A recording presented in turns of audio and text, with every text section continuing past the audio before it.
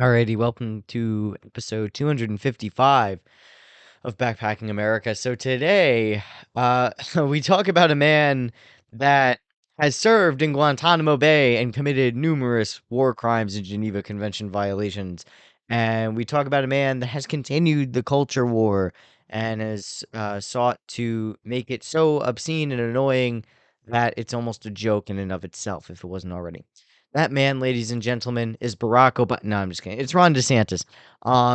So I'm not really a huge DeSantis fan. I know like some ex-Trumpers from like 2016, from the original Trump era of 2016 to 2021, are moving towards DeSantis for reasons unknown to me. I don't know why you vote for a war criminal. I would rather mean tweets and funny old guy than convicted war well, not convicted, but war criminal and culture war psychopath. Um, the dude's kind of crazy, in my opinion. And in his latest incident of craziness, he banned advanced placement psychology, commonly known as AP psychology, which is something that high schoolers around the country can take to get college credit. So that way they can save money when they go to college. Or in my case, I had the option of getting out of school quicker or, you know, staying longer with less credits, which is what I opted to do. So it allowed me, instead of graduating in 3.5 years, I decided to, stick it out for the full four. But then it allowed me in my last year or two to, because I came in with a semester's worth of credits. It allowed me to have way less classes my last year of college, so I could just enjoy, where I was at the time. And I chose to do that voluntarily because I liked Oneonta, New York, where I went to school, and I was like, "Fuck it, I'm just gonna take like one or two classes for my last year, and then ball out." So, but a lot of people decide to do it in the as quick as possible route, so they get out in 3.5 years as opposed to four.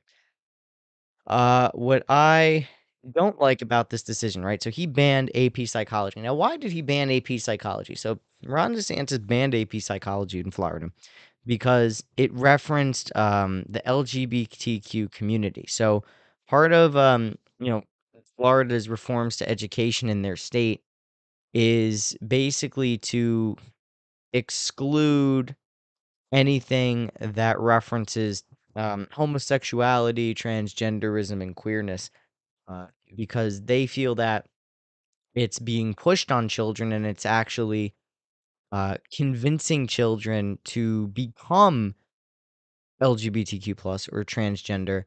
And they also feel that because this is occurring in elementary schools and middle schools, they feel that, these discussions should be had at the home and parents should decide, what's best for their children instead of a school. So I understand, that logic where it's like, yo, like we don't really want to promote LGBTQ. We don't want to, encourage people to be transgender or homosexual. Like, we don't want to encourage that, meaning like create an environment where students feel obligated to be a certain way instead of just, you know, accepting kids for who they are, rather forcing kids to be something they're not or making them think that it's cool to be gay. What I mean by that is like, um, there's instances where teachers have been found on TikTok to be saying that they want to make as many of their kids queer as possible or transgender as possible, and inserting LGBTQ rights and culture and thought into math lessons, science lessons, history lessons, so to make the that culture more visible, as opposed to, like, how it used to be where it was like, "Yo, if you're gay, that's cool, bro. If you're trans, that's cool, bro. Like, we're not gonna bully you or anything. We treat you the same as anyone else." So that's, like, the difference between how things are, between yesterday and today. From when I was in school not so long ago to, I was a freshman in high school, like, 10 years ago. So, things have changed a lot very quickly within 10 years.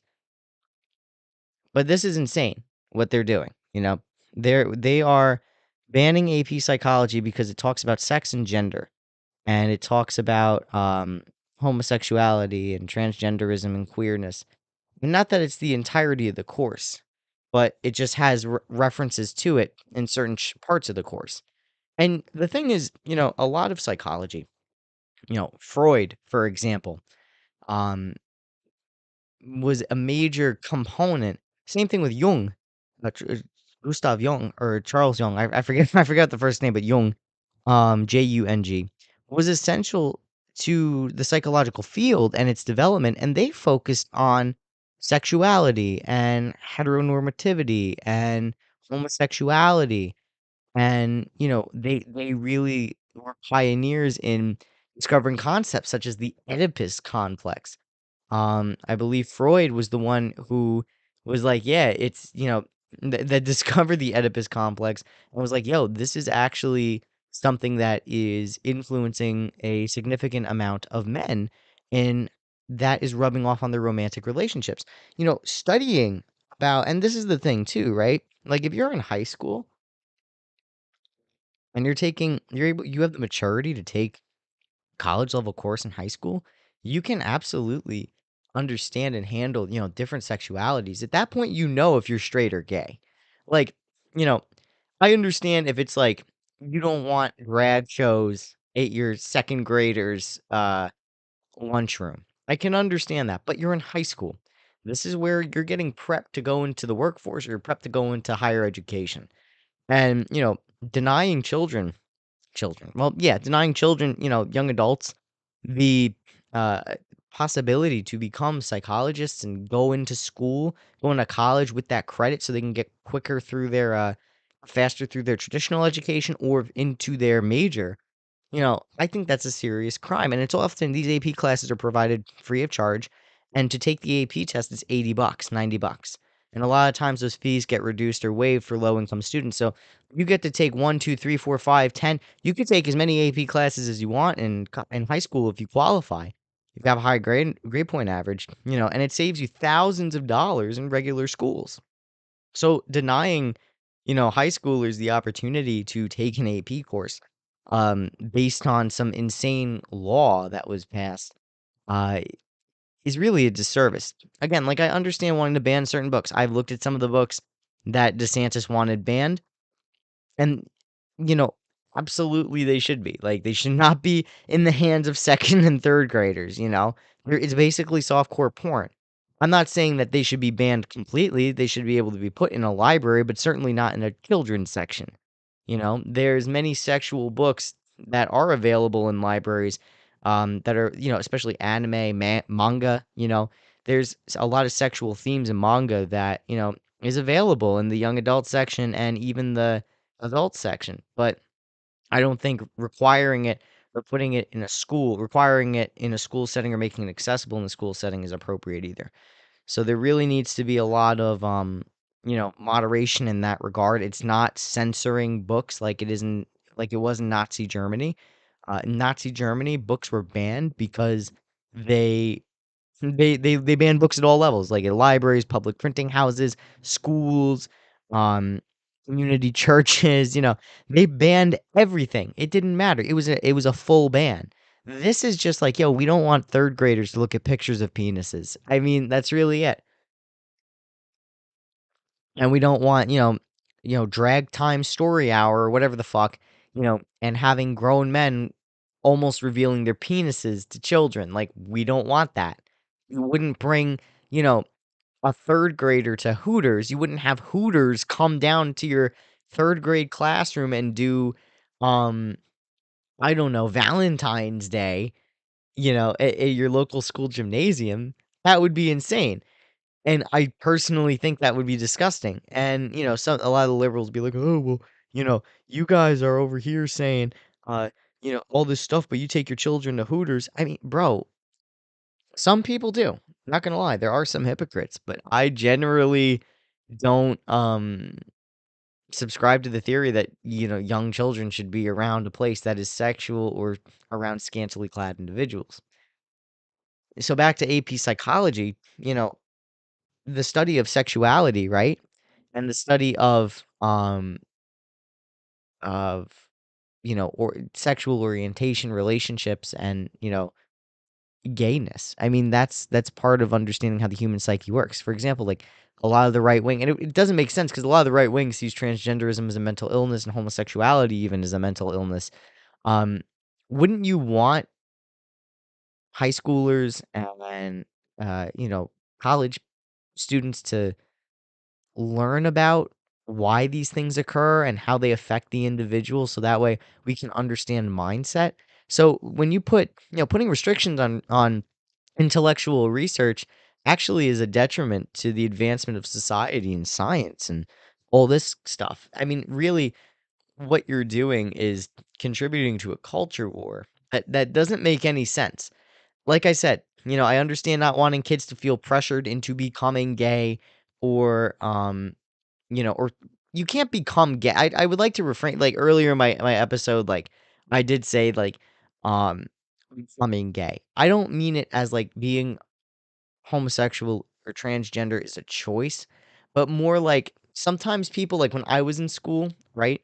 A lot of people would adopt things because they thought it was cool and they wanted to fit in. Like a lot of kids that I went to school with were like, "Oh my God, I'm so depressed or I'm so nervous or whatever." And other kids would start saying that and mimicking it because they wanted to fit in. So like my fear is that a lot of kids are, you know, identifying as transgender or gay or lesbian when in reality, maybe they're not. Or I met a couple of kids, when I was in high school that, were like, oh, yeah, I'm like bisexual, but like I only have ever dated, kissed, fucked, you know, men or women and not the other gender. So it's like, okay, well, maybe you're not bisexual. Maybe you're just a lesbian or maybe you're just straight and you feel like fitting in. I had some people admit that to me, years later. There's a lot of people that feel pressed into being transgender, where it's like, oh, like I want to do this to be cool. There was kids that like would want to be depressed because they wanted to look cool. Like I talked to this I was friends with this girl in high school, and she actively was like, "I hope I'm depressed one day. I want to be mentally ill." And I'm like, "Why?" She was like, "I don't know. It just seems so cool on Tumblr because that's what was around back then."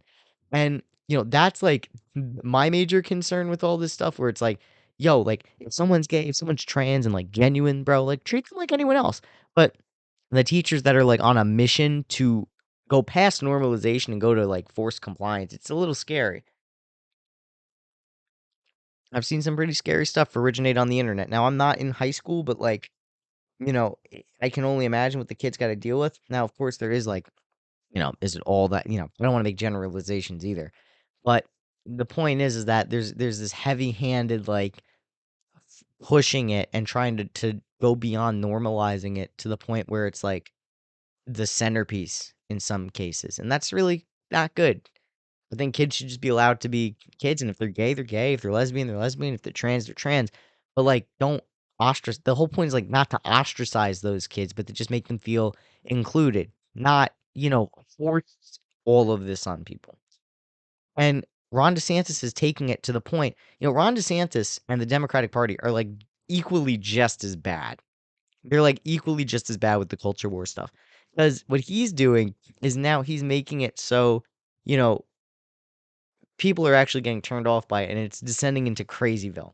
Like, okay, there were people that were like, yeah, I don't think my 3-year-old should be at a drag show, or I don't want them to read these really crazy books.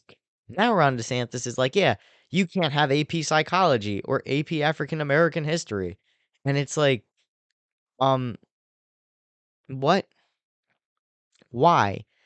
Because it has gay references or because it talks about black history. That's crazy. First off, this is the thing too. AP is not general curricula. AP is like 20 to 40 kids. There are not many AP sections available in high schools because one, funding, and two, not that many kids qualify to be in college when they're in high school. So it's not AP is a choice. It is not mandatory curricula. The kids are not learning psychology in high school unless they're taking AP. They are not learning African American history in high school unless they're in AP. There's going to be elements of African American history touched in a high school, There may be elements of psychology touched in a science class, but there's not gonna be the zeroed in focus on these subjects outside of an AP course. Even honors courses don't talk about that. Honors is just a little bit of a tougher workload than a regular class. So this is like actually a choice that people have where it's like, oh, if I want college credit, I could take this class and, learn about what psychology truly is, which talks about sexual identity. It talks about gender orientation. It talks about um, difficult subject matter, suicide, um, hypersexuality, um, drug addiction, opioid problem. This is the thing. Like you're saying that they're not ready to, and this is what's insane about it too. You're saying that they're not ready. They're not ready to talk about. It's not appropriate to talk about LGBTQ topics in high school, but they're totally capable of talking about drug addiction, suicide, sociopathy, bipolar, schizophrenia, drug addiction, hypersexuality, um, unhealthy coping mechanisms, because these are all things that come up in a psychology class. The Oedipal complex, even. I mean, you can't just pick and choose what you want from a field of study and say, okay, that's appropriate. That's tyrannical. That's not right. Because now this hysteria is being used to further control things and dilute the educational process. I understand, when it comes to the little kids, but these are high schoolers. These are kids that go home and they watch Pornhub. Like they're not dumb. These are kids that as soon as they turn 18, some of them are making OnlyFans and they're selling themselves on the internet.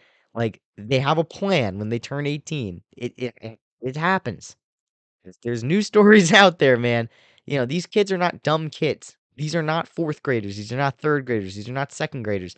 These are people that are entering the workforce that have plans and goals once they leave high school, what they want to do in the world. You're just disservicing them at that point.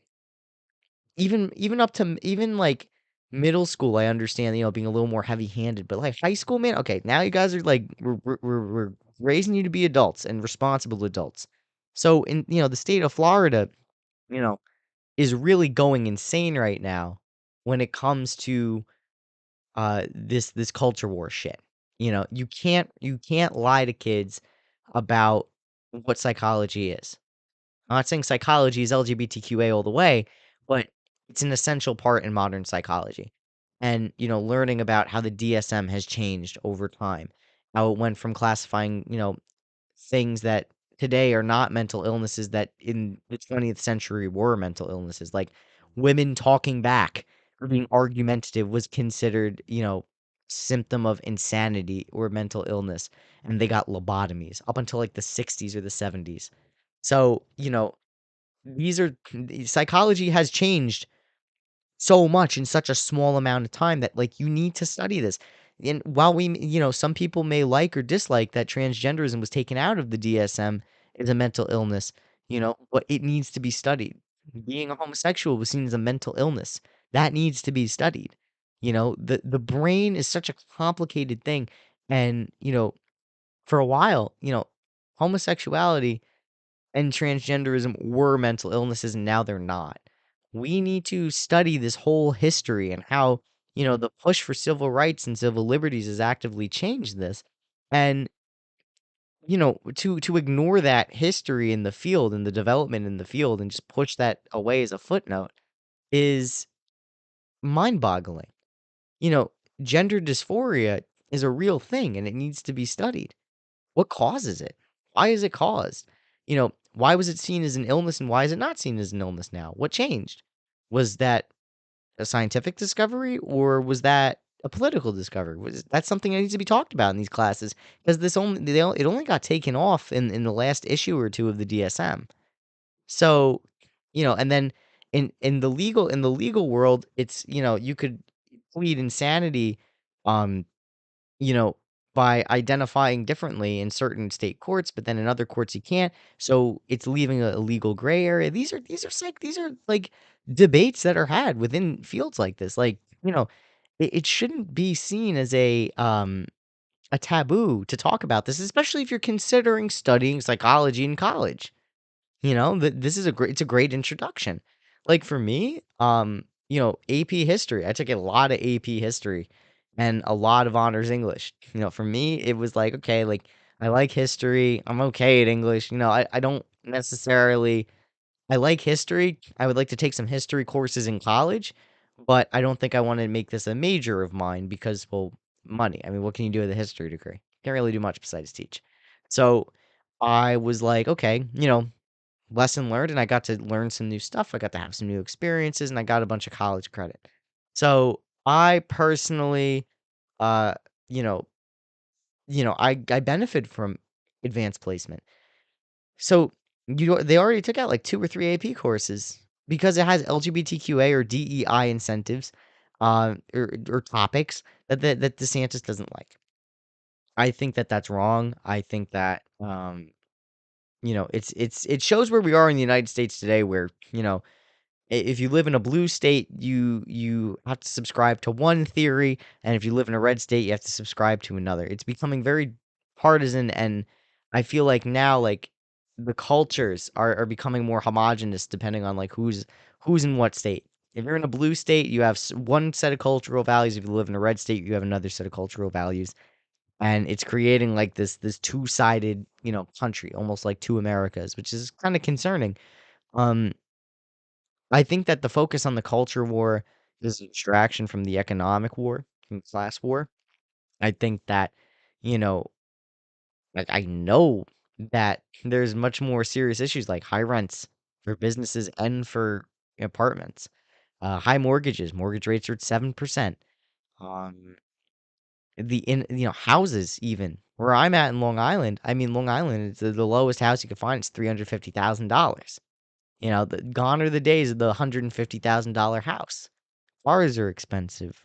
College is expensive. Having children and a family is expensive. So many, guys and girls my age, don't want children or a family because it's just unaffordable. It's not unheard of to have multi-generational housing again in Long Island. New York City, forget it. You can't even get an apartment for under $3,500 a month. You're lucky if you do because they live in these apartments are in the cut. You can't really find them anywhere unless you know a guy. Um, it's getting very. These are real problems that we're spending all this time talking about. The culture war stuff. Ron DeSantis and Joe Biden and Trump all focusing on this culture war shit because they're seeing the forest for the trees. It's just they're not looking at the big picture. They're just looking at the trees in front of them. Like, oh my God, look at all these trees instead of like the whole forest, bro. Like, look at the whole thing from a bird's eye view. You know, First couple of trees are the culture war things, and then the whole forest is the economic issues that are getting caused. Personally, like the transgenderism thing, it's a hot topic in the United States. Man, who cares? If they're leaving you alone, leave them alone. Who cares if they're trans? A lot of transgender people are probably transgender because they feel alienated from society and alienated from themselves. So they're like, yo, well, I'm actually not a man, I'm a woman. I believe that as alienation from capitalism increases, we will see more rates of people becoming transgender because they don't feel right within themselves. Just like I see, like I think that if we reverse trends and we lived in more of a socialistic society, or at least our economic conditions under capitalism currently stabilized, and we started seeing homes being cheaper and have it, easier to see success and build community and acquire things, um, we would see those rates of transgenderism decrease because people would have more sense of belonging, more sense of self, um, more common community being bonded. You know, the alienation under our current society, where we have, you know, no community, everyone's individualistic to an extreme, and success is so much harder to come by. You know, no wonder people are feeling alienated. No wonder people that work for big corporations feel like worthless, like they don't do anything. It's like, yeah, I work at Amazon 12 to 14 hours a day. Like it's just money. Like it's a soulless endeavor. There's no soul. When you have no purpose or you feel like you can't achieve a purpose because it's too expensive to, naturally you're gonna feel like, who am I? What am I? What am I doing? Why am I alive? What is the purpose of this? You know? So that's why I feel like we're seeing such high rates in transgenderism. I feel like, the Republican Party actually wanted to reverse trend and, was concerned about the high rates of transgenderism and homosexuality and all these other things. They would, instead of, berating these people for just being people and choosing that, they would be like, huh, I wonder what's causing this. Oh, people feel alienated from themselves and others. Why don't we try to foster community again? And why don't we try to, like, address some of these cost of living issues? So that way, and then maybe we'll see how that affects the social fabric of the country. And I guarantee you a lot of these culture war problems that are going on right now would disappear overnight if people were felt, it was easier to get a home and move out, maintain a home or an apartment with one income, and were able to have families and go somewhere on a daily or weekly basis that they consider home and a community rather than what we have now where you have to have multiple sources of income and no set community or home, and people want to be left alone because they're depressed or they're just low energy because they've been working 2 or 3 jobs and have barely any days to themselves, where they're stuck at home still and they're having families and living in their childhood room that got converted into a studio apartment. It, a lot of people feel hopeless and like they have to change things within themselves or identify with certain groups or sexualities or identities because there's nothing else. The only thing you can do is build a fabricated world within yourself. It's like descending into the cave with Plato. You're just creating your own world within yourself because the world outside to you feels inaccessible. So, if the Republicans actually cared about a lot of these issues, they would look at the hard economic causes because every politician knows. And if they don't know this, they're either uneducated or willfully ignorant. Um, anyone worth their salt would know that the means of production, who owns the means of production? Economics, right? Basic economics. Who owns the means of production influences culture. If you have a right wing news entity, right, that owns all the studios, they will be producing right wing content, which will influence people to think like the right wing. Same thing for the left wing, etc. That is base influencing superstructure. Superstructure is the product that comes from the means of production. The art, the clothing, the cars, the newspapers, the magazines, the computers, everything has a purpose, right? Someone has a dream or a purpose, and that dream or purpose will be achieved based on who owns the means of production and produces such products. So, anyone worth their salt knows that all these social problems are being caused by who owns the things that are creating the products that are being consumed that are influencing the culture. To really to deny that just means you're either uneducated, willfully ignorant, or you are playing the game and trying to screw the American people. That's really, like, my whole shtick on the thing. I think the culture war is just a distraction. I really think that it's meant to divide people as much as possible. Transgender people aren't your enemy, gay people aren't your enemy, lesbians aren't your enemy, gay people, I already said that, whatever. Anyone in the alphabet gang is not your enemy. Poor people aren't your enemy. The only enemy are the people that are controlling you and are using their wealth and power and their hard assets to influence culture and society in their image and in a way they want. That is your enemy. That is your enemy. So the culture war, the banning of AP psychology, it's all bullshit. And I think we as Americans need to really sit down at the drawing board, forget all the cultural crap, forget all the political crap, and focus on what we have in common, which is we are having a hard time affording rents. Our interest rates are going up. It's harder to acquire vehicles and machinery and food and things that make businesses run. It's difficult to acquire things and move out. There's many successful people like that are homeless in San Francisco or LA because they make 100,000 a year and still can't afford it, or it's just not economically feasible to rent or buy anywhere. So they live in they live in their cars or their RVs because it just makes more sense. Anyway, this is episode 255 of Backpacking America. It was super cool to talk to you guys again. and I will see you tomorrow, Friday at 6